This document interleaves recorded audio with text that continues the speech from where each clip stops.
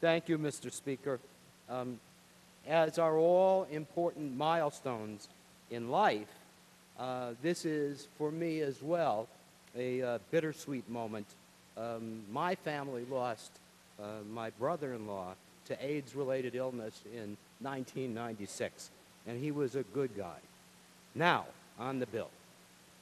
As we gather today in this chamber, and soon, hopefully, in the chamber across the hall, to debate the most important issues that we as Americans can debate, and that is, of course, the rights of our fellow citizens, we ought to reflect for a moment on the wisdom of the founders who established the remarkable governmental and the remarkable political framework in which we are fortunate enough to find ourselves this evening.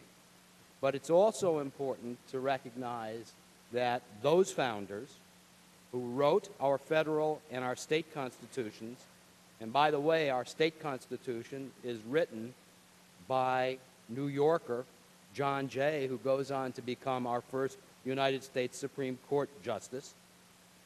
Each of these men were the beneficiaries of the Enlightenment, a series of beliefs that was popular then in Europe and especially in America.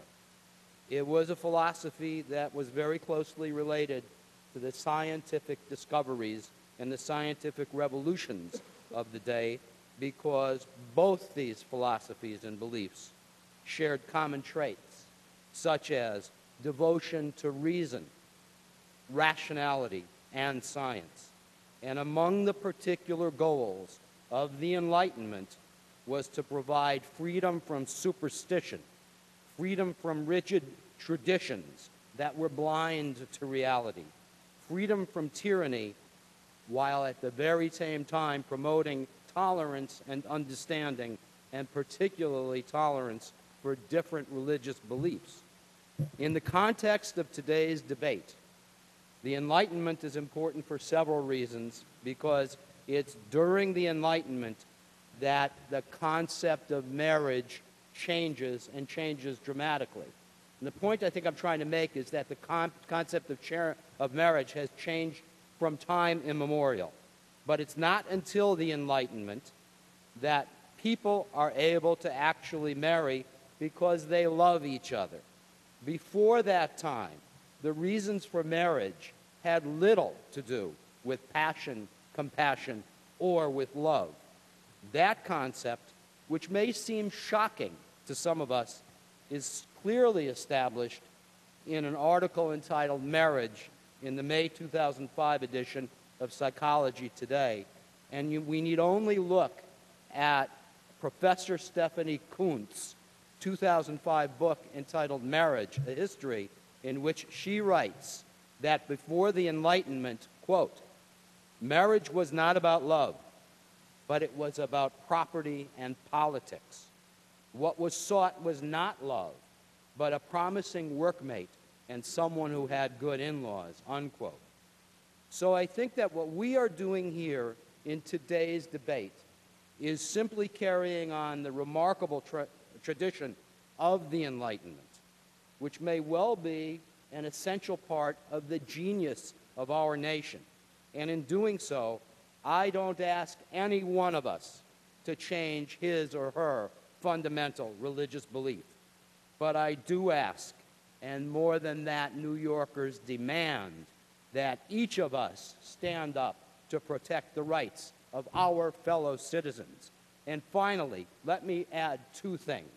One, we all value, or we all should value, fundamental fairness, and find the notion of inferior and superior classes of citizens to be un-American. We know that only second-class states have second-class citizens. And secondly, we Americans have always had to fight for our rights. And what we do here this evening is to fight for and take a major step toward vindicating the rights of our brothers, our sisters, our parents, children, and grandchildren, and to those who may be wavering, either in this room or especially in the Senate. It doesn't say much for us as a people that we are afraid to fight for the rights of our families. Finally, to the proponents and the sponsors of this bill, who have fought so long and so hard, and to all the others who have fought so hard and so long to get us to what I hope will be this historic moment, let me simply say that it's my sense that some way, somewhere, somehow, Mr. Jefferson, Mr. Adams, Mr. Madison, Mr. Franklin, and our very own Mr. Jay have smiles on their faces. Thank you.